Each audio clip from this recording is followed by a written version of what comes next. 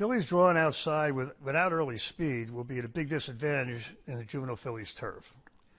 Those drawn towards the inside should be able to save a couple of lengths of ground, especially if they have some tactical speed. Coretto went long in her second start, and her wide trip earned her a decent figure.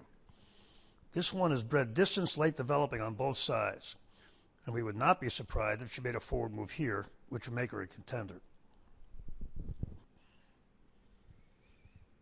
The best filly going in, and the one with the best pattern, is Lake Victoria, who has gone forward in every start, including the last time, on 13 days rest.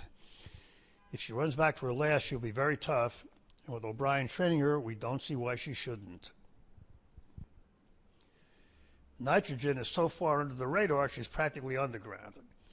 In her debut, she earned a decent figure while losing at odds-on, after which Cassie ran her back on just 2 weeks' rest in Talma.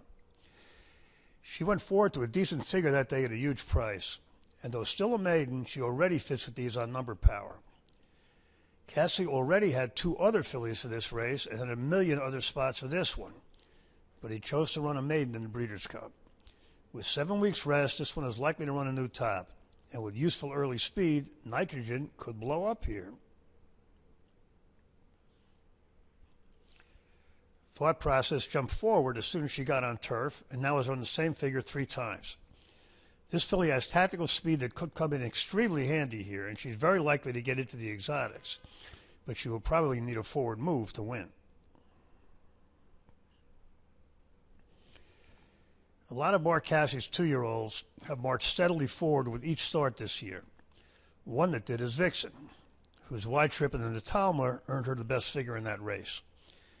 She's had 7 weeks rest since then, and grass horses don't bounce as much, especially grass 2-year-olds.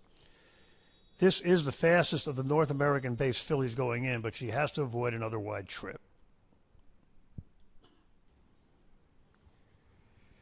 Lake Victoria, Nitrogen, and Coretto drew great, and Vixen obviously did not.